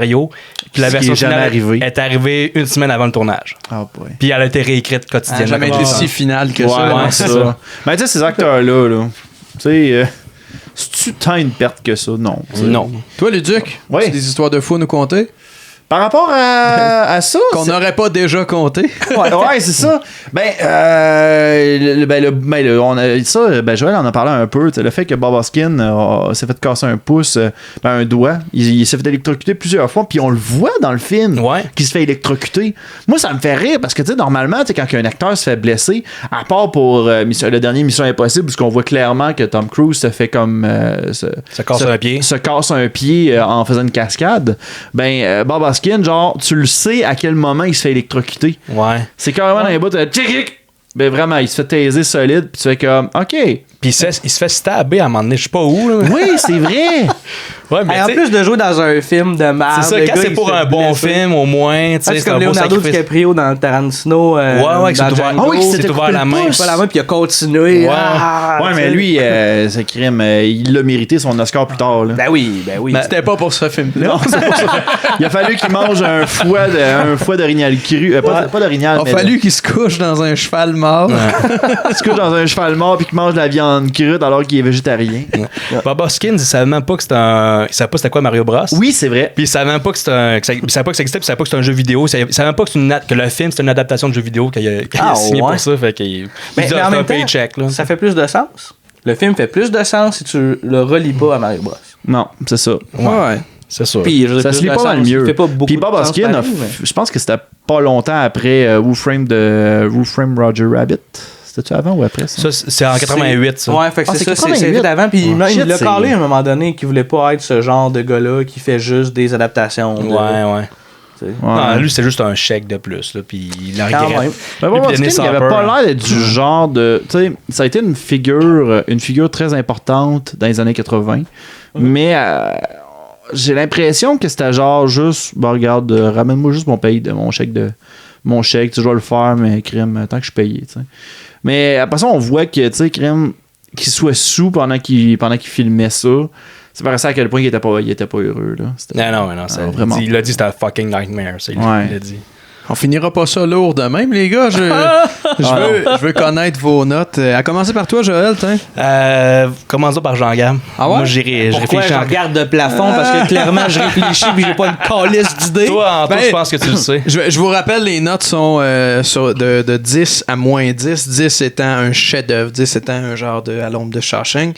Moins 10 étant pas loin d'être The Room, là, étant le film tellement mauvais que ça en est drôle. Zéro étant un film qui est sans intérêt, qui est sans qualité et pas assez de défauts pour être risible. Juste, écoute, c'est que je parte le bal. Ben ouais, vas-y, Luduc. Ben écoute, moi, je l'ai pas trouvé déplaisant.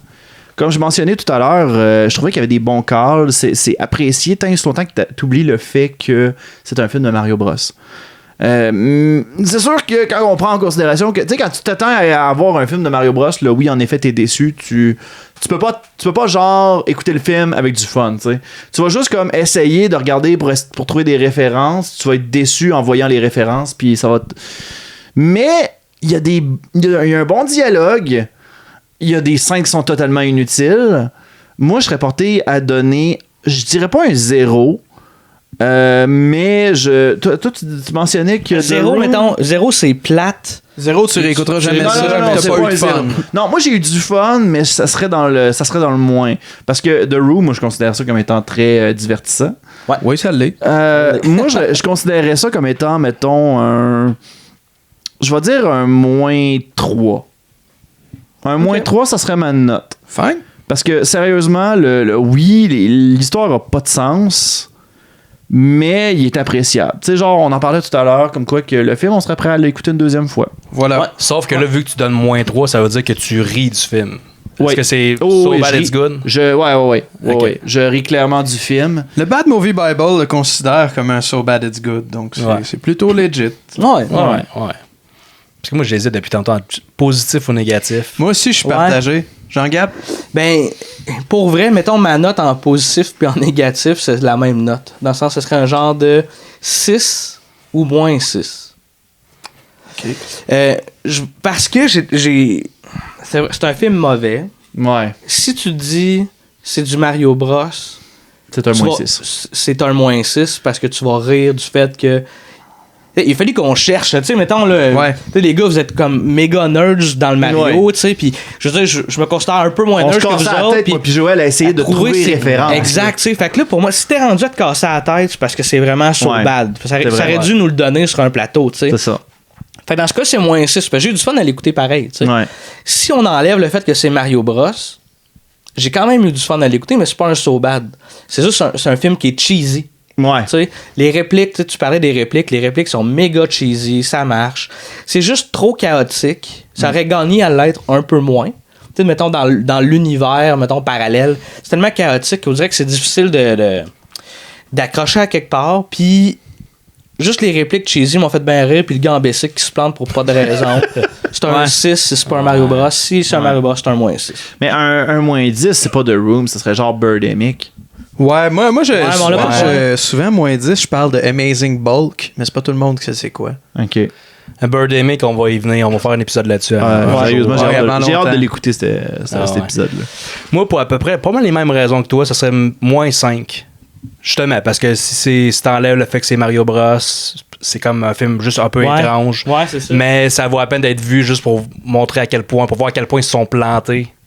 Pour voir à quel point quand tu connais l'histoire auparavant aussi, c'est le contexte le contexte aussi du tournage, à quel point c'était un désastre, puis les acteurs étaient sous. Je pense que de le voir comme étant un film de Mario Bros puis être déçu entre guillemets, ça vaut la peine d'être vu, puis ça vaut aussi la peine d'être vu si on fait abstraction de tout ça. C'est pas emmerdant là, comme film, c'est pas si ça a quand même passé vite, je trouve. Ça a passé vite, puis il était long là.